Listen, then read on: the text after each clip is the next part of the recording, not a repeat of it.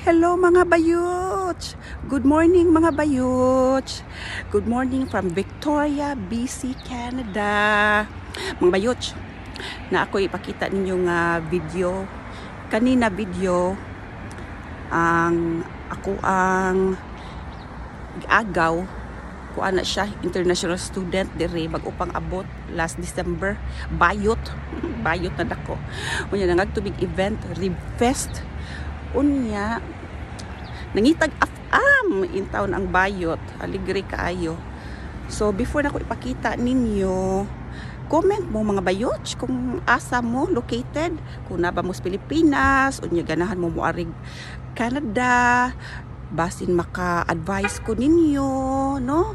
Or kung nana mo sa Canada, asa mo dapit sa Canada, pila na mo ka years diri, haron mag-ila-ila ta.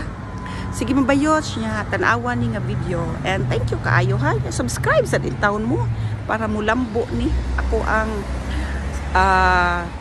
YouTube and Facebook channel. Thank you so much mga bayot. Bye. Uy bayot. Nagito na dito hurot ani dagan kay bayot. Pila mo na hurot. Dai tanawad na yo.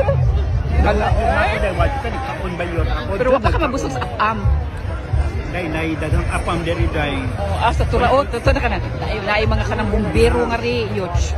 Dai unyar ta mang apam. Unya kay manayaw ta ngadto manayaw mi oh. Teneng mangita ko nung siya afam. Teneng dagang afam yo. Pero basta yoch. Oh. Teneng. This is for you. Diba pa yun? Ready na unya ka. Later, manayaw ta ha. Unya ka na mag-gear ta ha. Pero lai sa to dai lamig jud ka. Lamig lagi na siya mauna siya katong first based sa Vancouver Island kana mauna siya ang lamig jud. Worth it ra oy dako niya 35 di ba? Tanawa dai dagon kay kog makaon bayot. Yes, di ba? Murado kong kero dai. Kuwang na lang titita. Mo na siya yun. Every September, Rib Fest. First weekend of the month sa September. Next year sa tahan. Every September dyan na siya. Miss ko din tangan to ha. Mahalin na katagali.